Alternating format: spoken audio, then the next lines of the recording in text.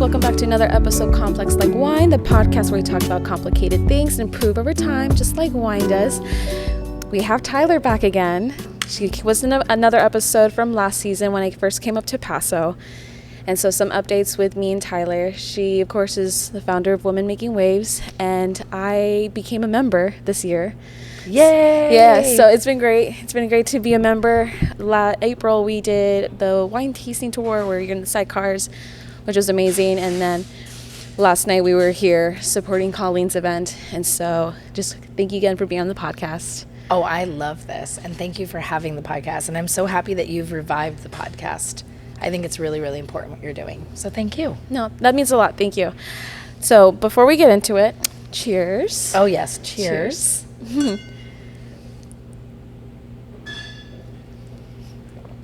Oh, you're right. That is really good. It's good, right? Yeah. So I'm having a Pinot Blanc. And then I'm having the rosé that you already had. That we already had, yeah. So both very, very good. So yeah, I just want to learn more. Well, I already know, but I want to share more with the podcast and everyone listening, kind of just everything you're trying to do with Women Making Waves and kind of all the history that's brought up about that, because women empowerment is so important. And just having that space to meet other women that want to empower each other and like really embrace yourself. I just love everything that you're doing. And then all the women that I've met so far have just been amazing. So yeah, just want you to share a little bit more with the podcast. Yeah, and I think given the subject that we have with Complex Like Wine and the fact that you really focus in on mental health, it's a subject really near and dear to our heart. And I'll share a little bit more of that as we talk about my own story, because I think that's important. Our stories matter, and I think that, having a podcast of my own, providing those spaces for women to show up like this, and I know you don't just have women on the show, but having people to be able to share their stories in a way that's authentic to them, but be able to have that safe space and do that. So Women Making Waves is really, like you said, it's an empowerment platform. It's a community for women to, and people ask me a lot, what is making waves? And to me, it's really, what does that mean to you? What is that for you? And is it going bigger? Is it getting that thing? Is it doing that project? Is it like taking the leap out of corporate to starting your own business? Is it getting out of a relationship that's unhealthy? What is that? Is it having a child for the first time? There's so many things that we take, these leaps, and sometimes leaps of faith and sometimes leaps of fear, right? With fear attached to it. And we don't want that. We want women to feel confident in what they're doing, no matter what it is that they're doing. And then I think that originally this all started as a space for passionate, really dedicated women who are just really into impact. Impact is our big word.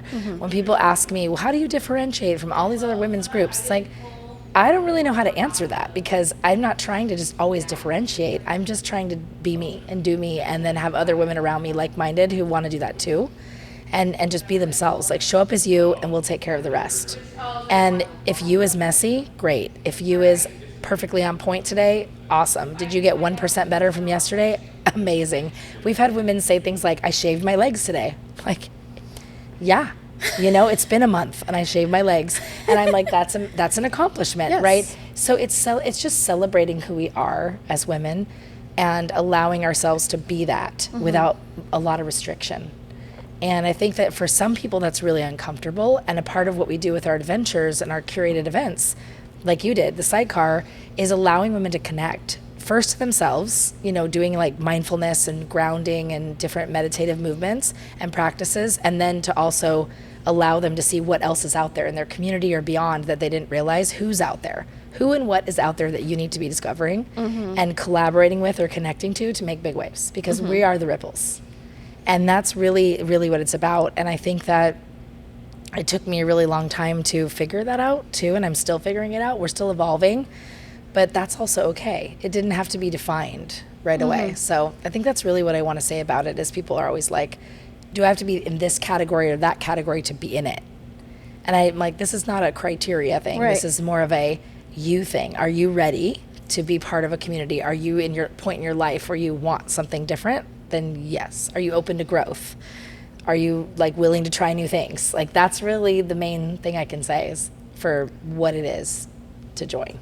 Yeah, I like that. We were talking about this yesterday. Kind of people ask like, oh, do I need to be this? Do I need to have this? And it's not a criteria thing, like you said. It's kind of a state of mind of, are you open to the growth and change and an openness to a community that's going to be in your corner and championing you in that way?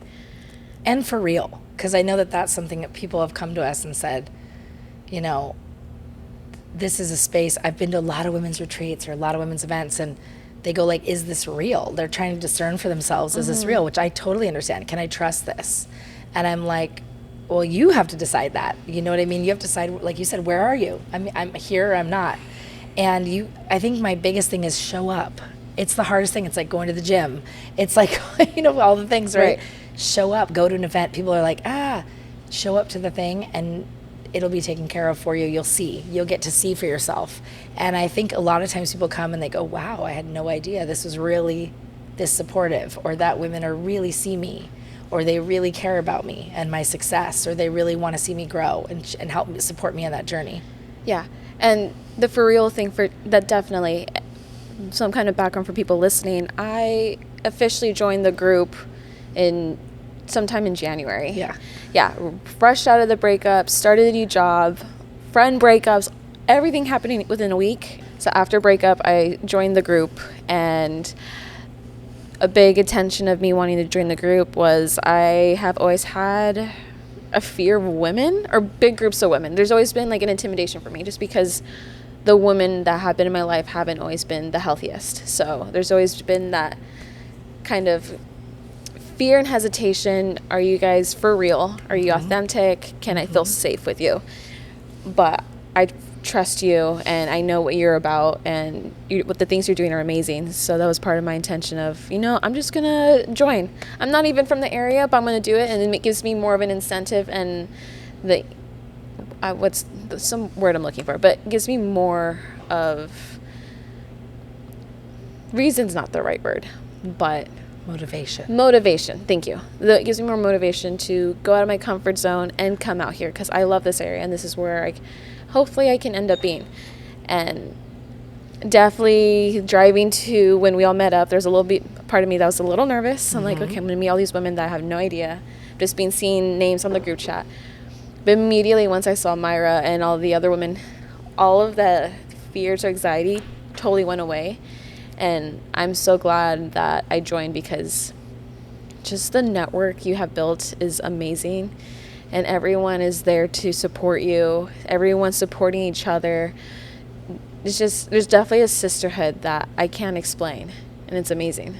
Thank you. I'm really glad that you made that trip. It's what you described in the car is really important. Like, it's taking that part of yourself and saying, yeah, I'm nervous. Yeah, I don't know what's going to happen. I don't know if these people are going to receive me. I don't know who's going to be there. I don't know if I'm going to like it. And you just have to know that for yourself. And I think that that's the part. Someone told me today, actually, on a hike, she said, yeah, most people the part of discomfort challenges people. But and some people like being in discomfort, not realizing that there's comfort on the other side. Like there is that on the other side. If we just wait a minute in it, that's the hard part for us, is to sit in it for a little bit. And I felt, for me, that's how I look at these events. We have a lot of women that say the same thing you did.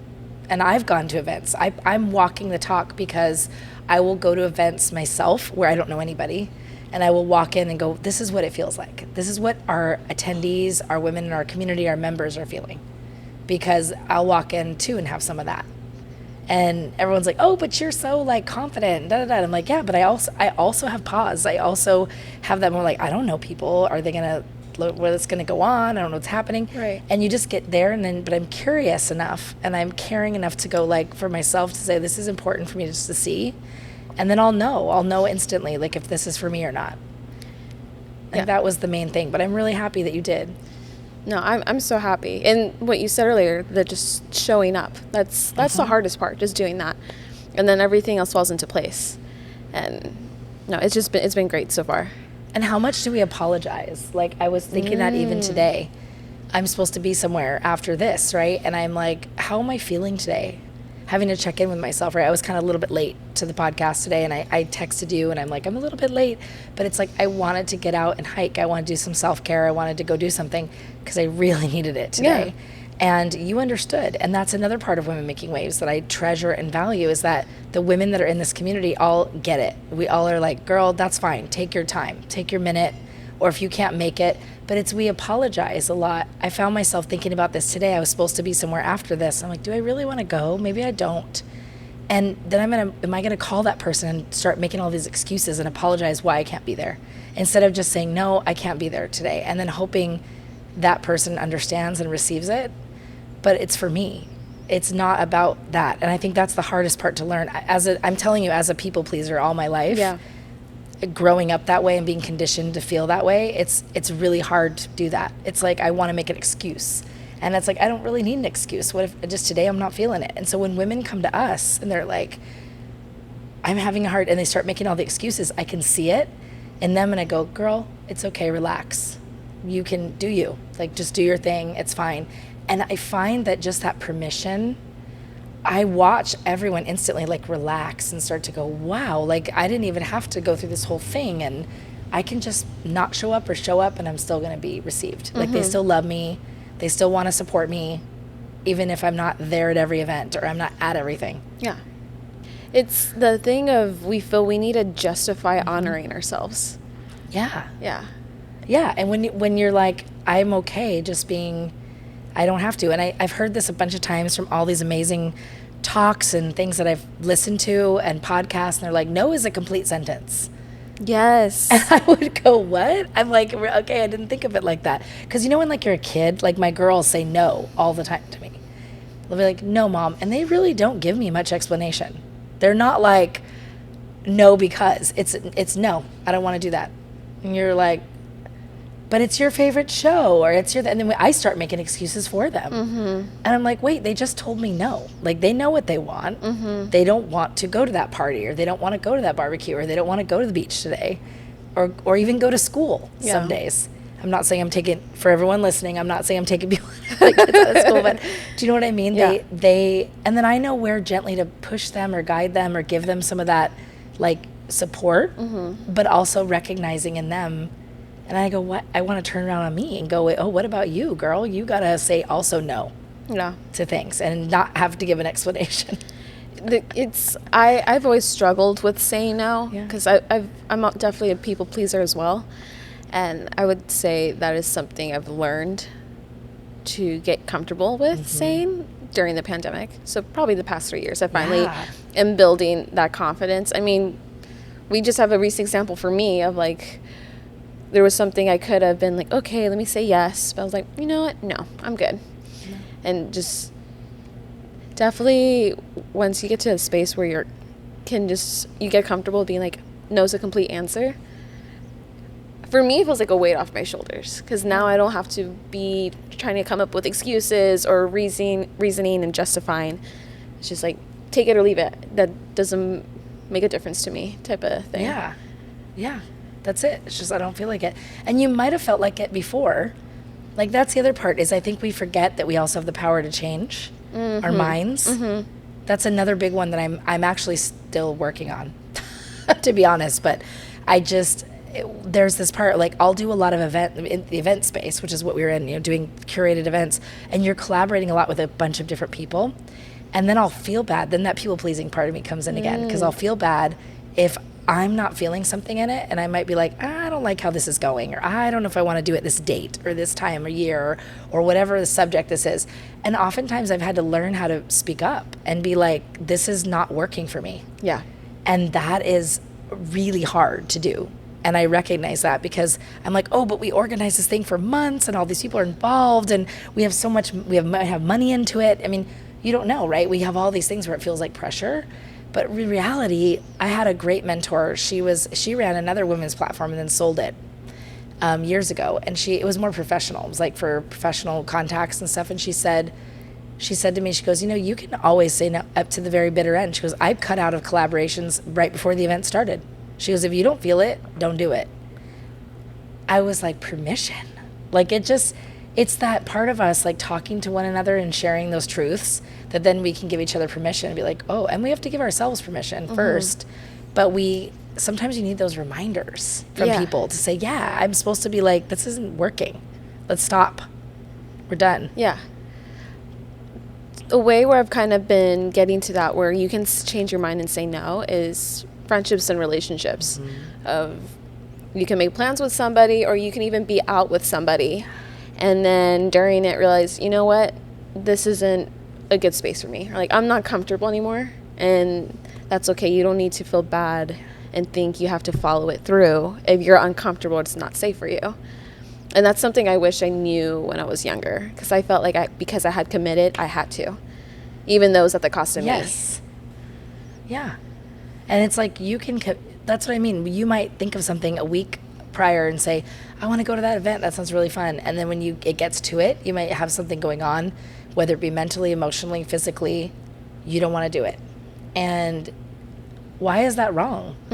And I get it if there's something that maybe you had some crucial part in it, like I understand, but sometimes it's like as an attendee of something, you don't have to do all the things. I think just now we were talking with some friends and they said, oh, are you going to this thing tonight? You going to this thing? And I'm like, because I don't want to, there's just so many things. Right.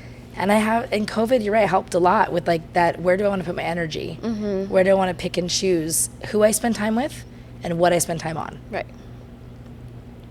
Well, you have two beautiful girls, so being the founder of a women empowerment platform and then now having two girls that are going to become powerful women, how has that been for you? It's hard. It's hard to raise children today. Like, I want to recognize that. I want to share that with anyone listening, and for the moms out there, it is so, and there's a lot of women in our community that have lost children.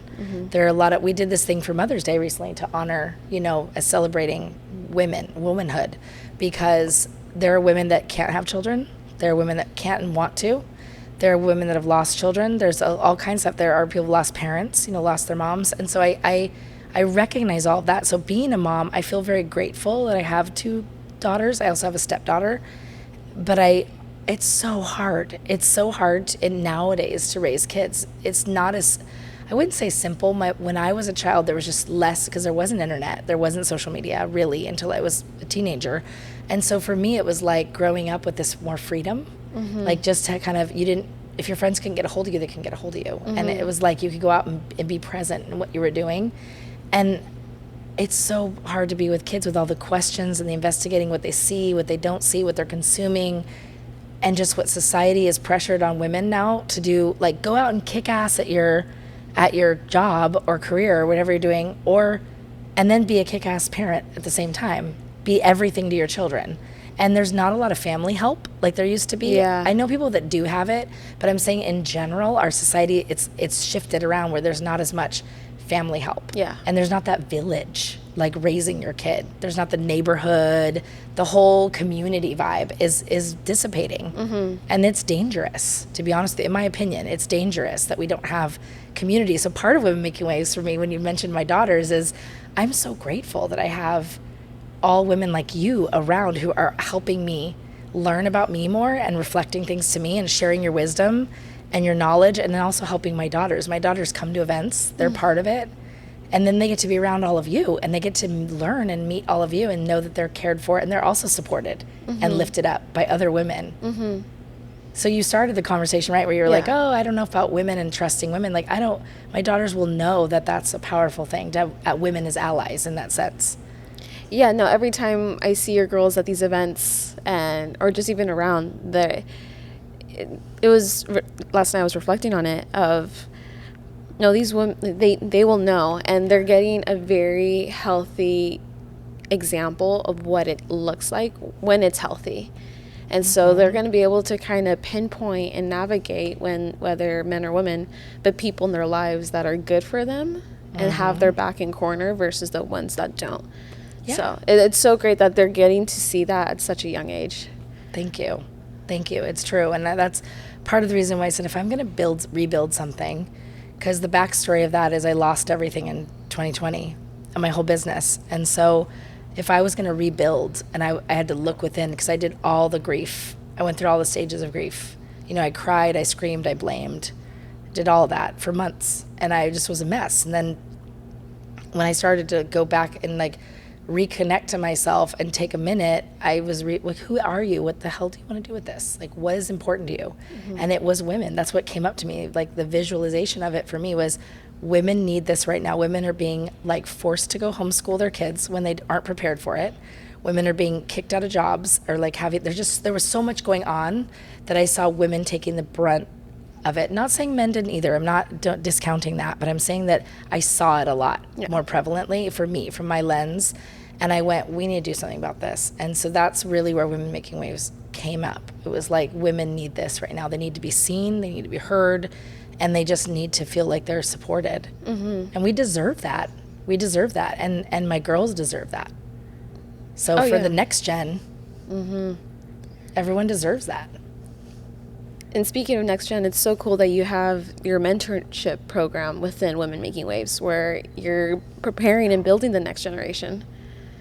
Yeah, that's another like thing where you feel, have you ever had a moment where you felt tapped? Like there's just something for me that was like, I got a tap on the shoulder and I really can't explain it. It was like, are you going to do this or not? Yeah. And it was really interesting. Like, are you ready for this? Because there's a lot coming with it. And it's not without its major challenges and setbacks and mishaps and all the things, but that's also life, and I don't have it all figured out. I want to really point that out because people kind of think that and they assume that. I don't, and I'm building as I go, and I've learned from past mistakes with different programs that I've done that, and people say, I don't know if I like the word like always fail, because that's like a kind of makes it seem like you did something wrong, when really it was like you had an experience and then you learned from it. And you're like, I could leave that, I could take that. And you just now, I took some of those positive parts and I was like, let's build this. This is what it really was meant for. And then left all the rest of it that wasn't really functioning or didn't feel good to me. And part of it too, and I'm going to be brutally honest, is I didn't really believe in myself at the time that I could pull off something like that. Like I thought I needed people around me to kind of do the majority of it. And in that process, I lost a lot of sense of what I was, the essence of what I was trying to do. Yeah. Because I was allowing other people to dictate what it was. Yeah. And mold it and shape it for me. And then I go, wait a minute, like as I'm going through it, this is not what I originally planned. This is not how this is going. And really what I found is I wasn't super clear with what I wanted or what I was doing, and they didn't respect me.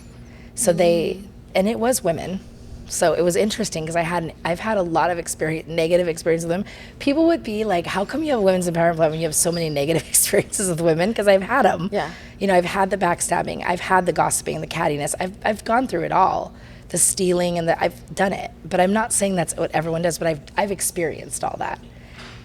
But I'm still here knowing that I guess, I don't know, there's a part of me that just says, but we can do better. There's something. We can do better. There's something that it says about you, because easily people can, whether it's bitter, trauma, just let that part of them get closed up and resist. But for the fact that you have had all the negative experiences with women, but to be like, that doesn't mean all women are negative. No. And you can build a space where you can allow women to find the positive. So it just says a lot about you. Yeah, I've had people tell me literally when I've shared these kind of things with them, they're like, with certain specific experiences, and they go, how come you keep doing that? Because like, that sounds terrible. And I'll say, yeah, that was terrible. But again, I'm looking at them as people. People are people, and people can be like that no matter who you are, where you come from, right? So I'm like, I don't look at that more or less. I'm like, but then there's this whole other group of people, of women, if we're talking specifically about women, that are amazing and incredible and supportive. So I'm like, I've had equal amounts, if not more, positive experiences. So for me, it's like there's this balance, or I'm like, okay, I'm just going to keep going. And now, when I really looked at it hard, it was me too. It was me going, do you really believe in yourself enough to pull this off? Like, you have to know your why. And then that's where this whole program came up, because I'm like, oh, that's what it's almost like. Confidence is important, but courage is so important. Like the courage to build that for yourself, to be like, I'm going to do this. I don't have it all figured out. I'm going to find the people to support me, but I'm going to really know, I'm going to stand in that and say, this is really important to me, and I'm going to do it this way. And if people don't understand it or don't want to be part of it, fine. But not being, I used to try to like get everyone in on it and be like, don't you see the vision? And some people just didn't, and that was okay. Let me know if you agree with this, but I think when people think of the word courage, they associate it with like zero fear, zero anxiety. But to me, I associate it that it has that. But despite it, you're still going to show up and try. 100%. You're right. Yeah. That's it. I have a friend, Jacqueline Wales, who she wrote a book on fearlessness called The Fearless Factor. And it's all that. She says fearlessness is not the absence of fear. It's taking a next step anyway. We all have fear. That is not it at all. I have fear. And it's like right now I'm about to go on a retreat in Mexico by myself. And I don't know anybody that's going to be there. And I'm going to go on a plane by myself without my family and do that. And I haven't done that since I was 22. 20 years. I've never done anything like that. I've gone with friends or gone with family, or there's always been somebody that I know, like don't know a soul. And I'm going to do that. And I've had dreams about it. I've had thoughts about it. I've had all kinds of like intense moments. And then I'm like, book the flight. Like in my head, I was just like, just freaking book the flight. Yeah. and then once you do it, I'm like, it's kind of like ripping a Band-Aid. I'm like, book the flight. And once you have the flight, you're like, you're going. And then in my mind now, I'm committed. I've committed. So I'm like, okay, I will go. Now I can start thinking differently about it. I choose, right? But I had that. And I could easily have been like, nope, not going. Right. Not going to do it. It's like you said, ripping the Band-Aid, that's so spot on, because there's moments, even like reviving the podcast, definitely was fearful of, I felt like a failure because I had taken a break and prioritized other things, and the thoughts of like, oh, what are people going to think that I'm trying to revive it? I made its own Instagram page, so it's starting from 0 followers. Like, okay, so you're seeing the low number, which is very evident of who's actually listening, that? Yeah. And so, all the things of like, trying to find every excuse to postpone it or whatever. But like you said, the tap on your shoulder, like, are you going to do it or not? Like, it's literally right in front of you. It's just time for you to show up. I totally resonate with that. Yeah. And you're doing it. And you're totally doing it. Here we are. Here we are recording a podcast. And that's the thing is, I don't think it matters. I saw this thing the other day. Someone said, I have I'm not an influencer, but I influence. I have 2 people that follow me, and it's her kids. I thought it was so cute. I was like, I love that message, because it's not, we are so focused on metrics. We're so focused on numbers, and even you'll talk, I'm sure, with another gal about weight and stuff. I mean, there's like weight, numbers, body, all this other stuff. How much money do you make? How many degrees do you have? We just have so much about that. And I'm like, what is that about? In my mind, I'm like, why? Why is that the thing? I had a woman who came here from another country, and she was a shamanic healer. And she's like, I've learned from centuries of my family, but I had to come here and get all these certifications so people take me legitimately. I thought, why can't we just know there's a feeling? It's because we don't trust ourselves. So that we don't trust ourselves to know that this is right for me. Right. This feels good to me. This person has good energy. I think I want to do this. We don't trust it. Right. We're like, we want to see all the evidence. Prove to me that you're worth it. Society is very much like, you need to prove and show that you're worth our time, our space, whatever. But it's the whole thing. And I love with women making waves, is just part of it. You just know your worth and value, that you don't need to feel like you need to compensate or you need to prove anything.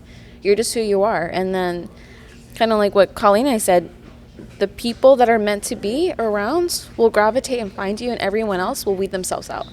Or even opportunities where the job, employer, family member, they say like, oh, this is your time to show yourself or you prove yourself. Whether you want to accept it or not, that's up to you. You don't have to. You don't have to accept that type of attitude or expectation that you need to service to them. I loved this from a coach too, where they flipped that around and they said, they had a package, we have, that's what I'm saying too about that feeling. They're like, I'm going to give you this really small amount of package, but I want you to see how we work together. It's how you feel afterwards. And if how you feel is you want to go deeper and you want to do more, then we do more. But if you don't and you want to walk away, that's totally fine. But I love that they gave that little window, instead of being like, well, here's my $10,000 package and this all that. I mean, you know what I mean? I loved that idea and that thought of just to me, that felt really good as someone right now, just as to share on your podcast, but I'm embracing what my identity is in Women Making Waves. How do I extract Tyler Skinner out of that too? What do I do for women specifically that's not just about the community part. Like I also have a part in that, and that part of that for me that's come up is I want to be speaking. I want to start speaking more. And so it's like, what does that look like? You know, I'm like kind of going through that right now. Like, what does that mean? What do I do? So I'm exploring that right now, like what that feels like and what that looks like, and saying yes to a lot of opportunities and just seeing where that takes me. I love that. Yeah. Just a totally random question, but do you have any goals or intentions for the rest of the year for yourself or even Women Making Waves? Yeah, I think for Women Making Waves, I really want to see more people feel the feeling that we're expanding. Our word this year was expansion. We set an intention and a word every year, and like my year was expansion. So it was really, I'm seeing that more already happening with like doing events in San Diego or other cities. And so I think that's what I want to see is more of that. I want more communities to have access. I want more women to have access to us. I think that's a main goal for me, is without having this barrier of like, oh, it costs too much, or I can't, I just want a lot of that eliminated. Be like, if that wasn't the issue, how would you get access to us? So I'm really breaking that down in my mind, because I think what we have is special. Yes. And so I want more women to get access to that. And so I'm trying to figure out what that looks like right now. So I think that's kind of the goal that I have, is like, okay, if I just focus on my intention, instead of like, it's got to be 40,000 followers by the end of the month. It's more like, again, going back to metrics. It's not that for me. It's, I want women to have access to us. How do we do that? Right. And then brainstorming with our crew, you ladies as members, and also the women on the team. How do we do that? How do we make that happen? Yeah. So that's really the main thing. For myself, I really would like to start speaking more, and I would like to explore. And it's not even coaching. I would like to work with women one-on-one who are ready for that leap, like that courageous part, and taking them on adventures. Like I go on, like going out, ripping them out of that comfort zone in a cool way, that they feel good. Like I always tell people, I'll put you to the edge. I will not let you fall, but I'm going to take you there to look down a little bit, but I'll hold your hand. We'll hang out there. We'll talk. Yeah. But I mean, like, I really want women to feel that feeling, to get shook up a little bit. And I really don't know what that looks like either yet, with what stages they're in their career. I don't have a target or an avatar or anything like that. Yeah. I'm just feeling like I know that's what I want to do, is support women on their journey, like at certain stages, and allow them to be seen, just specifically. Where they're like, I need this extra leap. I need to do something else. And I'm like, well, let me help you do that. Let me spark it back up, reignite it for you, or get you back connected to your why. And I think it's kind of a blessing that you don't have a specific idea of what that looks like yet, because everything is constantly changing and evolving. Yeah. So as you change, as Women Making Waves change, as the group changes, you have so much flexibility to decide this is how it needs to change right now, or this is where it needs focus on, and it's just all going to naturally flow on its own. It's going to be all very organic. And then I wouldn't be open to opportunities that way. I feel like if I like to be open, and then people, I'll know yes, no. Like I'll know that feeling when people are like, I want to do this, and I'll go, yeah, that doesn't really fall in line totally with isn't in alignment with our mission or what we're about. But I would love that idea, and I want to support it. But then there's other things where I'm like, I'm like, yes, that's an absolute yes, let's do that. But if I'm not open to all those things, I don't know how to figure that out. Yeah. Yeah, and I want to, I don't know. What else can we talk about? I have a lot of things, so many things. We can always even do like different episodes too, because I definitely would love to have you more. Episode. Yeah.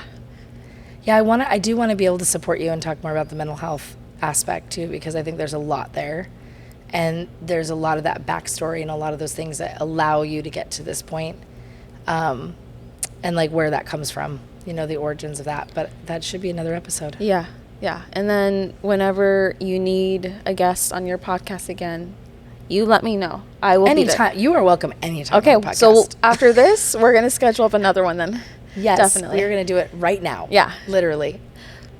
Any last little comments?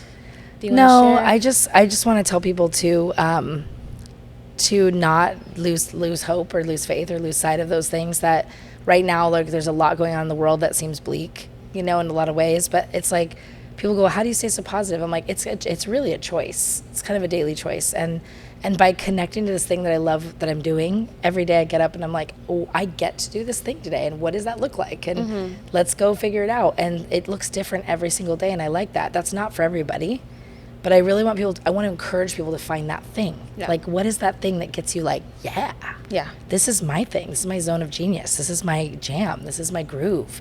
And make you feel good about it instead of like, oh, I have to do this. Oh, this is so hard. Because why? Why do we want to do that every single day? That sounds terrible. And miserable. And I get it. Money, everyone talks about it, money, security, all those things, right? But also you can make money and have security in another way. And I think it's just, I want to help people reframe that and really hope that the listeners out here are saying, like, you can have your bad days and just please don't sit in it for too long. Like, accept it, understand it, get the support you need around it. Don't sit in it for too long, because we need you. Like, we need you out there. We need all of us to be present and be there and be together. We can't do this alone. No, and so that's why when you find your community, your tribe, your corner, whatever word people want to use. Your people. Your people. These are my people. Oh, cheers, Tyler. Cheers. No. Thank you, Saida. No, thank you. This is amazing. I feel really fortunate to have met you. Oh, do not get me started on that. I feel very fortunate. And every time I get a chance to come up here and get to talk with you and just meet everybody else, it feels like I'm getting little pieces of me that have been missing. It feels like I'm like feeling more filled. Yeah.